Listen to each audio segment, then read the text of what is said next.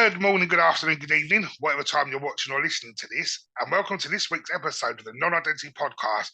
Now, this week we're joined by someone who gave up England to travel all the way to the other side of the world to Australia, and is a midwife. It's Carly. Hi, Carly. Welcome to the show. Hi, thanks for having me. Before we get into your inspiring story, can you just let everyone know who you are and where you grew up? Yeah, so my name's Carly, and I grew up in the southeast of England in a little town called Dartford in Kent. So, how was life growing up for you in Dartford? Look, it was I mean I didn't know any different, so it was fine. It's not a tiny town, but it's small enough that you know basically everyone there. My best friend lived around the corner. Every time you walked through town, you would know people. And so, I had a great time growing up. I had lots of friends, and, as I said, all my friends live very close to me. And, we all went to the same primary school, went to the same high school. So, yeah, I had a great time. And you met your husband on a beach in Thailand when you was 22. I did, yes. Did you just decide to go travelling, or was that a holiday, or how did that happen? Yeah, so I think like a lot of English people, after we go to university, a lot of people do a gap year. And so, I went and I got my round the world ticket, and it was in Thailand. Yes, and I met him on a beach it was like the night before the full moon party. So not really expecting to meet someone, and definitely not planning on meeting someone. And then I met him, and then we ended up traveling around Thailand for the next 3 weeks. He was on uni holidays from Australia, and he was over there for their like summer break, because their summer break is obviously opposite to us. And we traveled together, and I did have tickets to go to Australia, but I was only planning to come to Australia for 4 months just to work and get a bit more money and keep traveling. And then I ended up changing my tickets to fly straight to Melbourne, which is where he was living, and then never left. And what's it about Australia that you like? Because obviously, over in England, it looks beautiful on the TV, but then you've got Yeah. dangerous spiders and like some of the world's most dangerous animals are in Australia. So why did you decide to stay there? Well, I mean, I think the art is that, but you get so used to it and you don't even really notice. You don't really notice them. These things like the spiders, and to be honest, you don't really, especially if you are in the big cities, you don't really see them that much. And I think like obviously the weather here is much better than England. The lifestyle, it's a very outdoorsy lifestyle. The cost of living is cheaper. Like wages are better. I'm a midwife. I've never worked as a midwife in England, but from all accounts, from what I've heard, it's much better working over here as a midwife. And is there anything about England that you do miss? I mean, obviously my family and friends, Yeah.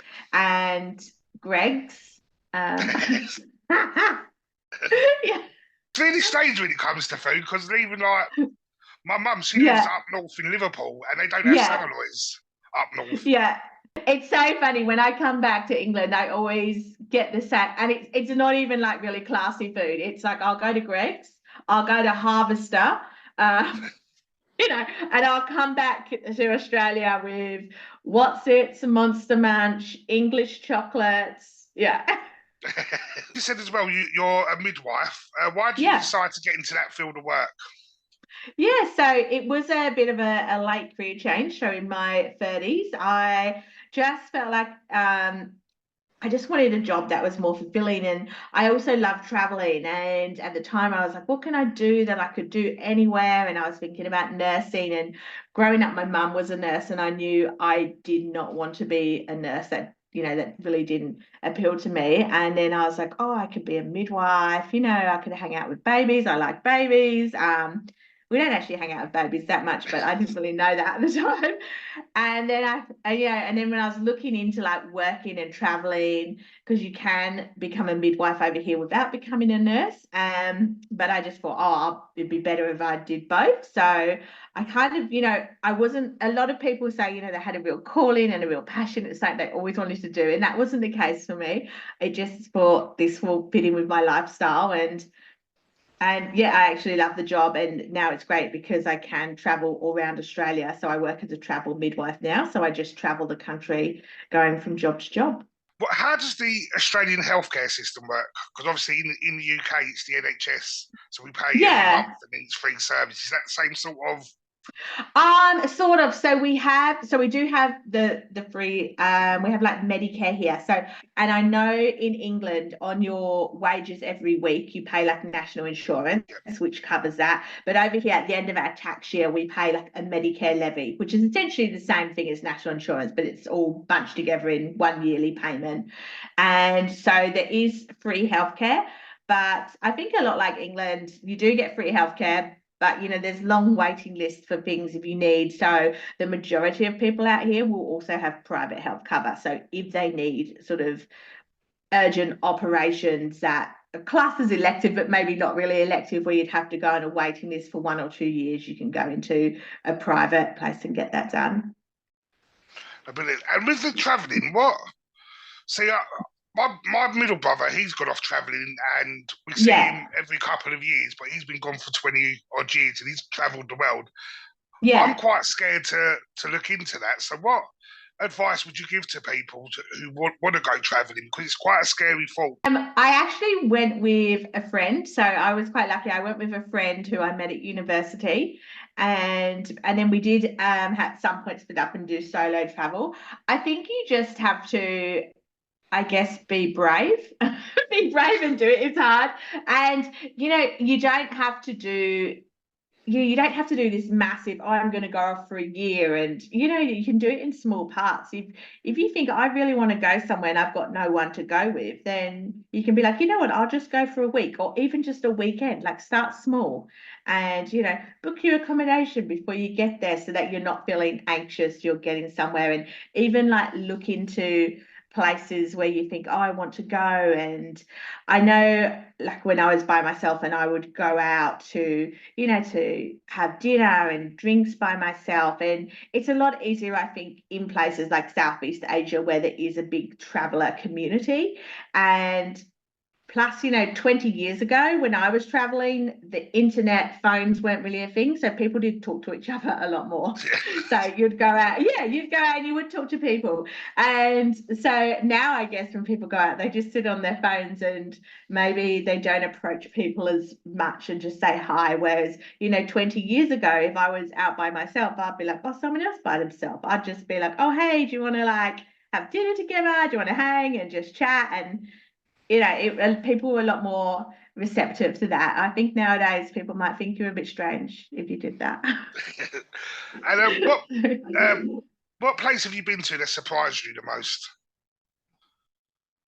Oh, I think I went to South Korea. That was about 20 years ago, but I feel like at that time it wasn't a lot high on a lot of people's travelers list, and that was really great and just an interesting place to go to where it wasn't, being visited by a lot of people. Is there any places that you're really excited to go to that turned out to be a bit of a letdown? Oh, no, I don't think I've ever got anywhere and been really let down. I'm always love going to new places and seeing things. So I don't think I've ever got anywhere and been like, oh, that's rubbish. I wish I never came here. Going back to the midwife stuff, um, Mhm. what's what's been the hardest aspect of being a midwife that sort of surprised you? Because, like you said, originally you thought you'd get to hang out with babies, and obviously you're delivering babies and then Yeah. moving on to the next one. But what else is quite demanding of the job? I think the hardest part is this the sad part. So when things don't turn out as you think they are, when people unexpectedly come in and lose their babies, because we still will care for those mothers who have lost babies or having miscarriages or stillbirths, and you put a lot of yourself into it. So you can spend a whole shift or double shifts as we often do over here, like 10, 12 hours with someone and helping them to birth a baby who they know they're not going to take home. And that's really hard. And I think, it's obviously not as hard for me as it is for the parents, but it still does take a toll. And I think, having to take those if someone in my position or a midwife, when they've ever had to take those little babies down to the morgue, that's one of the hardest things. No, I bet we lost a baby in 2019. So Yeah. like you see that quite a lot. Like that's still affecting us now, and obviously, like you said, it's a lot harder for us. But you sort of deal with that on a weekly basis sometimes. You develop these really close and personal relations. You have to build this very close rapport with people. This is such a personal, massive thing in their life, and you come in and you develop this instant rapport and relationship and connection with them. So it definitely is one of those things that hits hard and hits home when you have to do that at work. But then you also are trying to support the parents, but also remain professional as well, because they don't need you crying in the corner, because you're there to support them. So how do you self-care to make sure you keep your mental health in check? Yeah, it's definitely hard. I think when I was living in Melbourne, I was just working at the one hospital, and chronically understaffed. So I was always picking up extra shifts, doing double shifts, overtime, and at some point I sort of had to stop doing that, just because it became so hard on you. And so saying no to, overtime. And the life I have now, where I travel midwife, is I do contracts. So it means I will go and, work really hard for 7 or 8 weeks, and then I can have a couple of weeks off. So that is now part of my self-care, basically choosing when and where I work. And the beauty of it is now I get to travel all over Australia, and see all this amazing country. So that also is part of my self-care. On my days off now, I'm going exploring parts of Australia that I never would have seen otherwise. And when you're travelling about, how do you find a base? Do you look for a base before you take the contract, or? Well, I'm pretty lucky. So with my contracts, we get accommodation provided. So I will just, based on sort of where my last contract is, because Australia is a big country, so we try not to be, driving all over the place. So depending on where my last contract is, I'll look around and see what contracts are coming up next that are maybe like a day's drive away, so that we're not having to drive, like 4 or 5 days to get to the next contract, and then just see what's available, and then basically make my decision from there on what's around. And do you notice a difference in the medical care being able to be offered in Australia? Because obviously you've got your towns and you've got your cities, but then you've got your outback areas that are very remote. Is there different Yeah. care when that happens? Yeah, it's yeah, like every hospital is different, but I've definitely noticed in the city hospitals, where you're really busy doing maybe 4,000 births a year, and it's just you're cycling through the women so quickly, and it's hard to build a rapport with them, and you're worried about beds, and a lot of time it's they're just trying to get people out and at home as fast as possible, because they have so many people to see. Whereas in the smaller regional towns, they're doing a lot less births. So I worked at one hospital where they only did 160 births a year. So very different to 4,000. So obviously there, the women, they could stay 5, 6, 7 days if they wanted past the birth. And, we had the time where we could really spend time with them and help them with the breastfeeding issues. We weren't looking after 6 women. We were looking after maybe 1 or 2. And so just having that time to spend with these people, and then because obviously it's a smaller group as well of women you're looking after, everyone knew them, so the relationships were different. So I just think in the country, the time is such a massive thing, that you can spend time with these people, you can not feel rushed, you can feel like you can help them and educate them, and just give them a really nice experience, instead of this sort of rushed, we've got to get you out the door. So I know there's areas of Australia that are very tribal with the ancestors, and they like to live still in the old way sort of thing. Does that sort of affect the childbirth process as well? So I haven't worked in too many of the really Indigenous areas, but I know a lot of them, they will, try to respect the cultures and the traditions that they have around birthing on country, they call it. So personally, I haven't worked in any of those really outback areas, so it's hard for me to comment on that.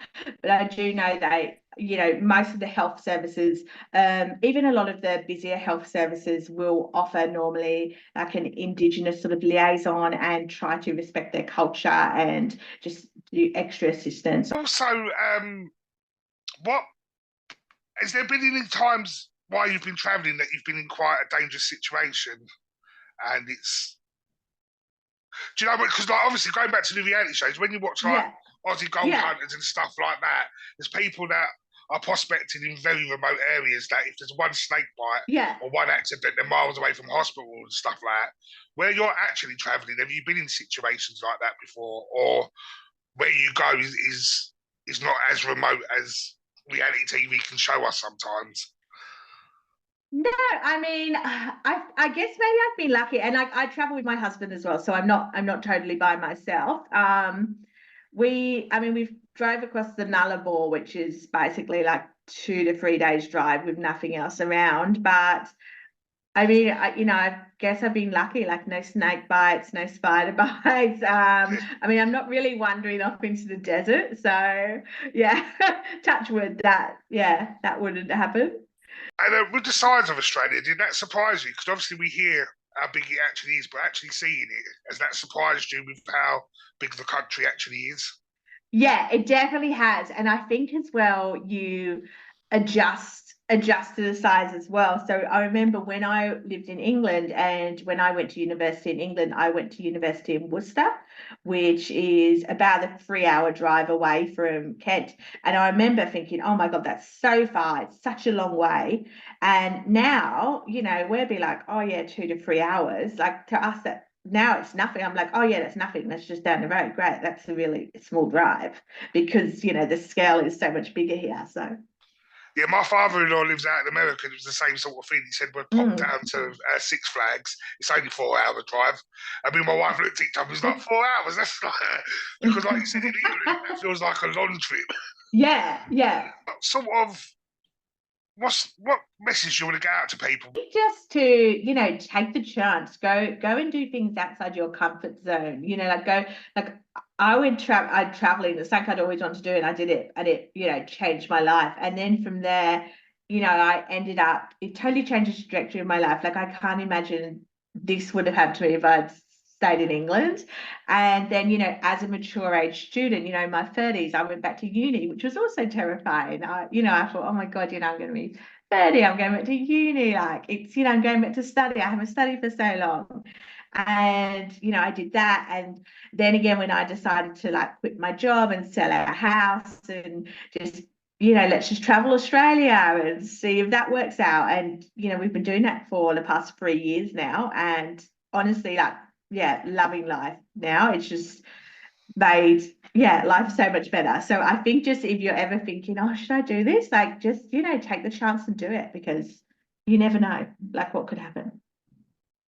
And how did your husband find the decision at first? Was it a joint decision? I think it was one of those things we'd always talked about, like, oh, when we travel Australia one day, but it was kind of one of those one day conversations that maybe never would have happened. And then COVID happened, and in Melbourne we had the strictest lockdown in the world.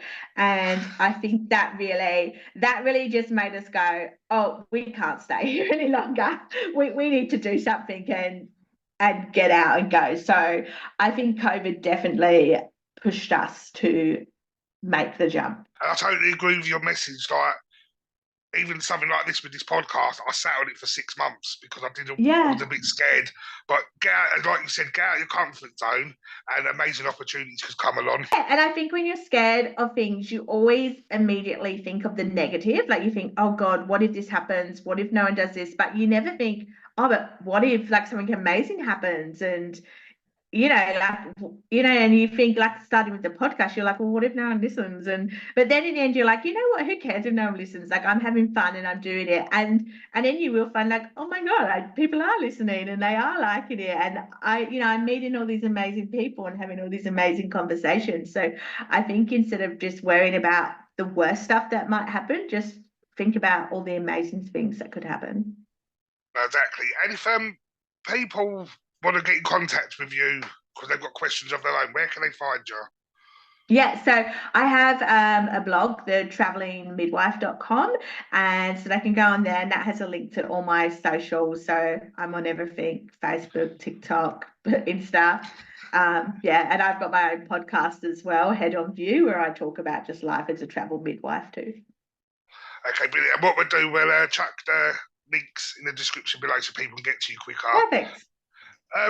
Going into podcasting, what made you decide Yeah. to podcast, and what challenges have you found podcasting? Yeah, so again, the podcast started towards the end of COVID. So I do the podcast with one of my friends of mine who's another midwife, and she was saying, oh, I really just want to start a podcast. And at the time we got to the point where we were allowed to visit each other at home, but we were still quite locked down. You still couldn't go out and do stuff. And then we were just like, well, what else are we doing? Let's just start a podcast because we're just hanging around. So yeah, so we started a podcast, and I think the main challenges I found is because I'm a healthcare worker and she's a healthcare worker and I travel, and so scheduling is really hard for us. So we always, every year, so we've been doing the podcast for 3 years now. And we always say, oh, we're trying to put one out every week. And then all the time, it gets really hard because we can't, record regularly because of our schedules. And then I get busy. And then so sometimes we will have a big gap, like a couple of months even between me uploading episodes. But we've still managed to gain like just a small following, and we managed to place on like the Apple podcast charts and things like that. So I was just like, wow, that's amazing, considering we're so inconsistent. Like, I'm always so grateful people still listen, because I'm like, oh my God, sometimes I'll put a podcast out at like 2 a.m. when I'm on a night shift and I've got time to do it, and then don't put another one out for 4 weeks or something. So it's nice that people will still listen. So how do you find the world of social media? Because obviously that's one thing I struggle Yeah. with the podcast. Yeah, so for the podcast, we initially just had an Instagram, which is still all we've got, because 3 years ago, TikTok was just starting out, wasn't really a thing. And, for myself, I already have, TikTok, Insta, Facebook, and my blog. And I didn't want to take on having to do all of those for another entity as well, because I just thought if it gets to the point where it's not enjoyable and it's not fun, like you're not going to do it, to be honest. And so I really just, on our social media, on our Instagram, I really just post when we've got an episode out, and or if I've got a guest upcoming that I'm going to interview, I might post on there, be like, has anyone got any questions they want to ask them? But I will also just cross post on my personal TikTok. I have kind of considering been doing a TikTok because that's so big now for the podcast, but to be honest, the thought of having to do another TikTok, I don't know if I can be bothered. So, I just think if people want to find you, they will find you. And, we have more subscribers on Spotify than we do have on our Instagram, because obviously some people just don't use Instagram, and, and that's fine. But, I post on my personal Facebook and also on my TikTok about the podcast. So I figure you've just got to do what is kind of within your personal means, and also keep it enjoyable, as I said, because if it starts becoming a burden that you've got to do it, then you're just like, oh, it's a hassle, and you don't want to do it, then it will stop you doing it. You're doing something as a hobby, which is essentially, what this is. And the same as like my podcast, I count it as a hobby as well. Like, I don't make money off of it. It's got to be enjoyable, or you won't do it. So when I stop finding it enjoyable and fun, I'll stop doing it. And I don't put pressure on myself either. Like at the start, I was like, yeah, we need to get one out every week. But now I don't worry about that. I'm just like, when I've got one, I'll put it out. People want to listen, they listen. Like, I still find it fun talking to all these people. And, so I don't put the pressure on myself to be, oh, you've got to do this by this amount of time. I just, wing it. No, brilliant. I think that's a great outlook to not only look if you're looking to start setting up podcasts or anything, but like what I've noticed throughout this whole episode, your outlook on life is just go for it and see what happens. I think it's a really good attitude to have. And if people, like you said, if people sort of have that attitude, then they're going to come out of their comfort zones, and it's going to open up so many amazing opportunities for people. Yeah, exactly. And I think if you try something and it doesn't work out, also don't look at that as a negative way. Don't be like, oh God, I knew I shouldn't try, it doesn't work out, because often that will lead you to other things. And and then you've tried it as well, because at least you can be like, oh well, I tried it and it wasn't for me. So, what else can I do? No, exactly. Well, we're coming to the end of this conversation, and it's been a Yeah. fantastic conversation.